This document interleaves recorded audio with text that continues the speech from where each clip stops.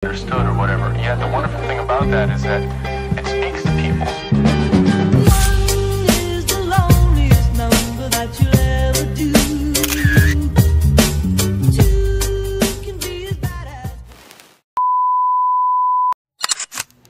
Halo teman-teman semua, selamat datang di podcast Neraca. Ngobrol ekonomi, riset, dan catatan keuangan. Dengan aku Wawa Dan aku Dea. Di sini kita bakal membahas dan ngobrol bareng-bareng nih sama narasumber yang super seru dengan topik yang juga gak kalah seru nih, inspiratif dan juga pastinya bermanfaat bagi teman-teman semua. Bener banget, di episode perdana ini kita gak cuma berdua loh. Kita ditemenin sama 3 narasumber yang keren dan bakal nemenin kita dari awal sampai akhir episode. Nah, langsung saja nih kita kenalan sama ketiga narasumber kita. Halo kakak-kakak. Halo. Boleh dong kenalan sama teman-teman yang sedang nonton podcast kita. Halo teman-teman, kenalin aku Niswa. Dan aku Dian Islamnya. Dan aku Olivia, kita bertiga dari Universitas Airlangga yang pastinya bakal nemenin teman-teman ngobrol santai dengan topik seru dan inspiratif mengenai akuntansi. Oke, salam kenal ya kakak-kakak narasumber. Nah, kita kan udah kenalan nih teman-teman. Untuk topik kali ini kita akan membahas mengenai cabang versus agen. Bener nggak tuh nih kakak-kakak? Nah, benar banget nih, di episode pertama ini kita bakal bahas nih apa sih perbedaan cabang dan juga agen, dan juga kita bakalan ngebahas tentang batas akuntansi dan juga pelaporannya. Nah, kakak tahu nggak nih tentang apa itu definisi dari cabang dan agen? Wah, bukannya dari 2 hal itu nggak jauh berbeda ya kak? Wah, kurang tepat nih Kak. Cabang dan agen itu 2 hal yang berbeda. Agen hanya berfungsi mencari pembeli dan memperoleh orderan, sedangkan penjualannya dilakukan langsung oleh kantor pusat, termasuk penerimaan pembayaran dari konsumen. Oke, contoh sederhananya nih kayak misalkan ya PT Jaya Abadi dia itu memproduksi minuman ringan. Nah, mereka itu bakalan kerjasama dengan agen, di mana nanti tugas dari agen itu mencari pelanggan. Jadi bisa bentuknya seperti warung, toko kelontong, ataupun yang lainnya. Nah, setelah menerima pesanan, agen tersebut akan meneruskan orderan tersebut ke PT Jaya Abadi. Nah, kemudian nanti barangnya akan dikirimkan dari PT Jaya Abadi ke pembeli. Dan kemudian untuk pembayarannya akan diterima langsung oleh PT Jaya Abadi sendiri. Wah, jadi begitu ya kak. Kalau pencatatan keuangan dari agen bagaimana ya kak? Nah, pertanyaan menarik nih teman-teman. Kalau untuk pencatatan akuntansi dilakukan oleh kantor pusat, sedangkan kantor agen hanya membuat pertanggungjawaban atas modal kerja yang diberikan oleh kantor pusat. Selain itu, agen tidak memiliki kewenangan melakukan transaksi penjualan, Kak. Nah, kalau definisi cabang sendiri tuh gimana sih kak? Nah, kalau cabang itu unit usaha yang menjadi bagian dari suatu perusahaan, beralokasi di tempat yang berbeda dari kantor pusat, namun masih dalam satu badan hukum dan satu manajemen. Cabang dapat melakukan transaksi penjualan langsung kepada konsumen, juga menerima pembayaran. Selain itu, kantor cabang melaksanakan pembukuannya sendiri. Kalau untuk contohnya sendiri bagaimana kak? Kalau contohnya itu seperti PT Jaya Abadi ini memiliki cabang yang berada di kota lain.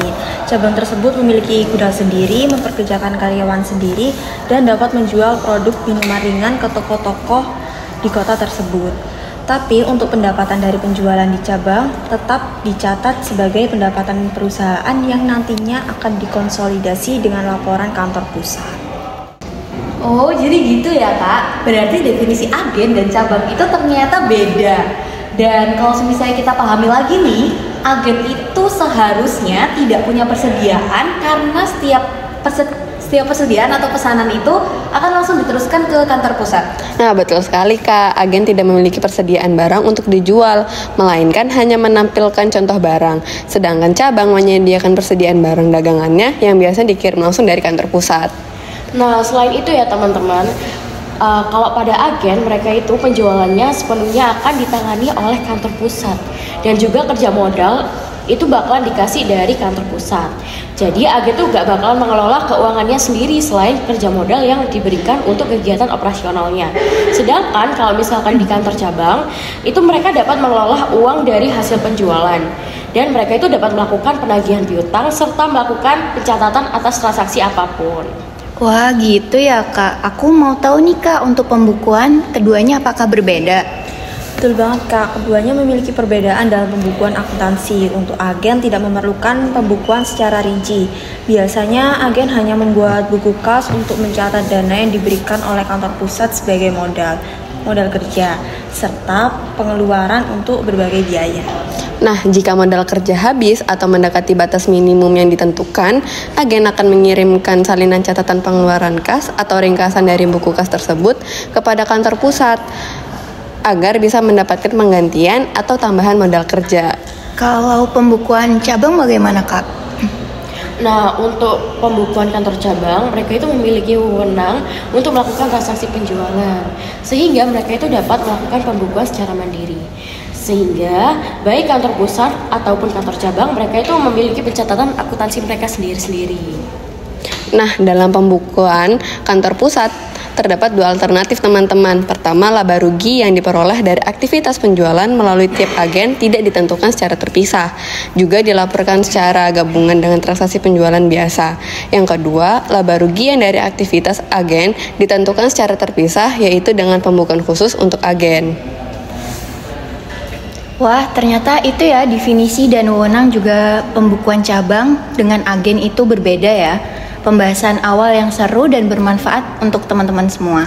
Betul banget nih, pasti teman-teman yang lagi nonton misalnya sambil ngopi atau bisa jadi sambil rebahan juga gak kalah excited nih Kak dengan pembahasan selanjutnya dari narasumber kita.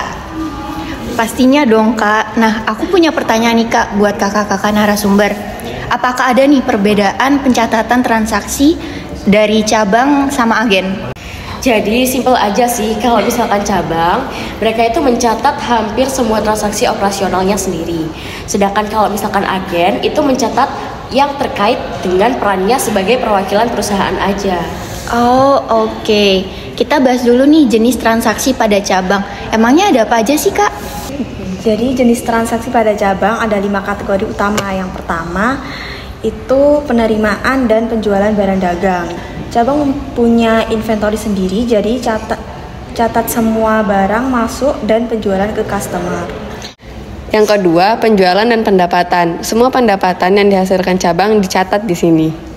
Nah, yang ketiga ini adalah kas dan juga bank. Jadi cabang tuh punya rekening sendiri, nanti semuanya bakalan transaksinya tuh dicatat di situ. Oh, berarti cabang itu bisa mengelola keuangannya sendiri ya Kak? Betul, selanjutnya itu ada pengeluaran operasional.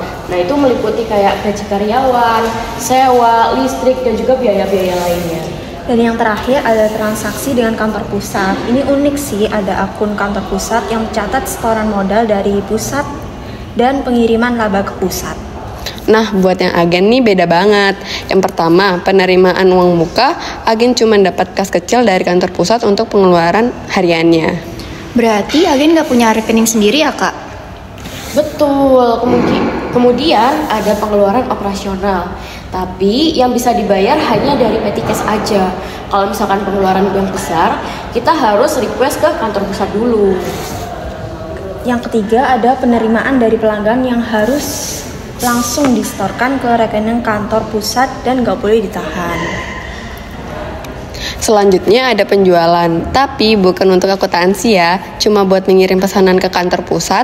Dan yang terakhir ada penggajian dan komisi agen berdasarkan performanya.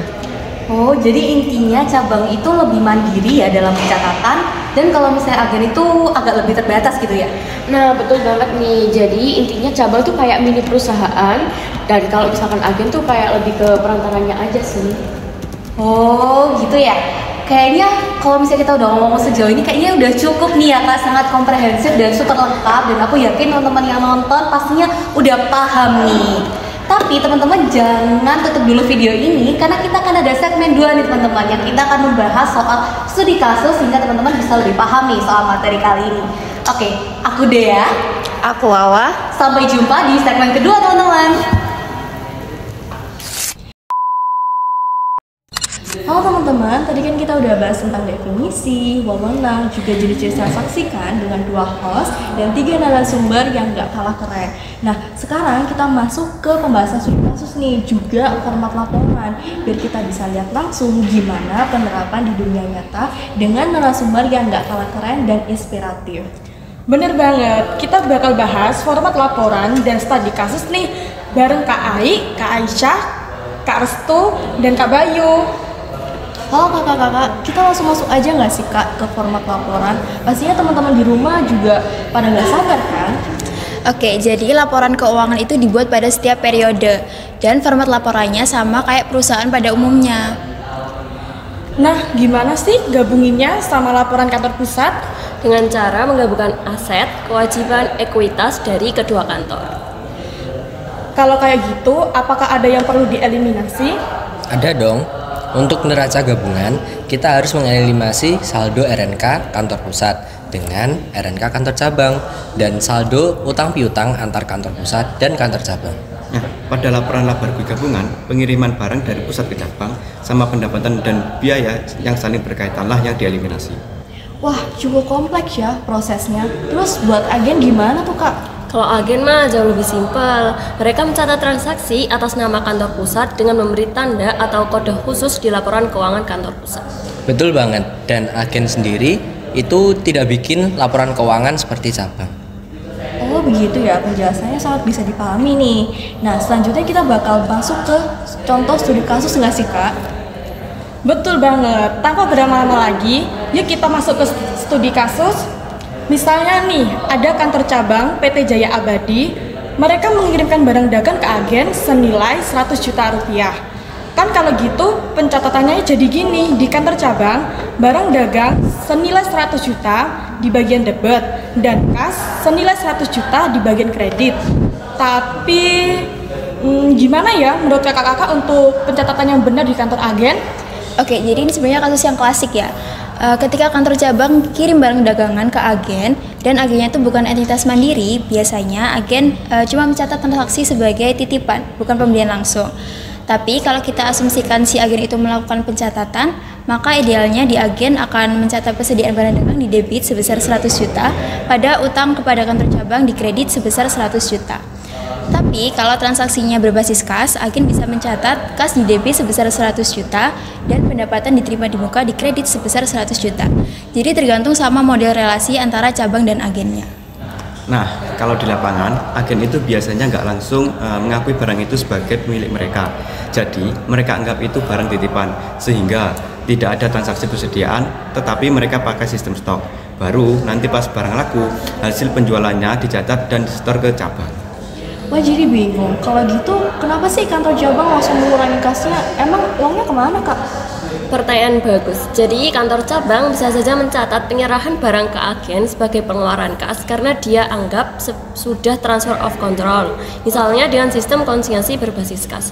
Tapi bisa juga salah pencatatan. Harusnya bukan kas tapi pengiriman ke agen atau piutang kepada agen. Nah, ini penting. Dari sisi audit, kalau cabang mencatat pengiriman barang sebagai pengeluaran kas, kita harus lihat dokumen pendukungnya. Apa betul uang keluar atau ini cuma transfer barang? Kalau tidak ada uang keluar secara fisik, maka pencatatan kas di kredit itu tidak tepat.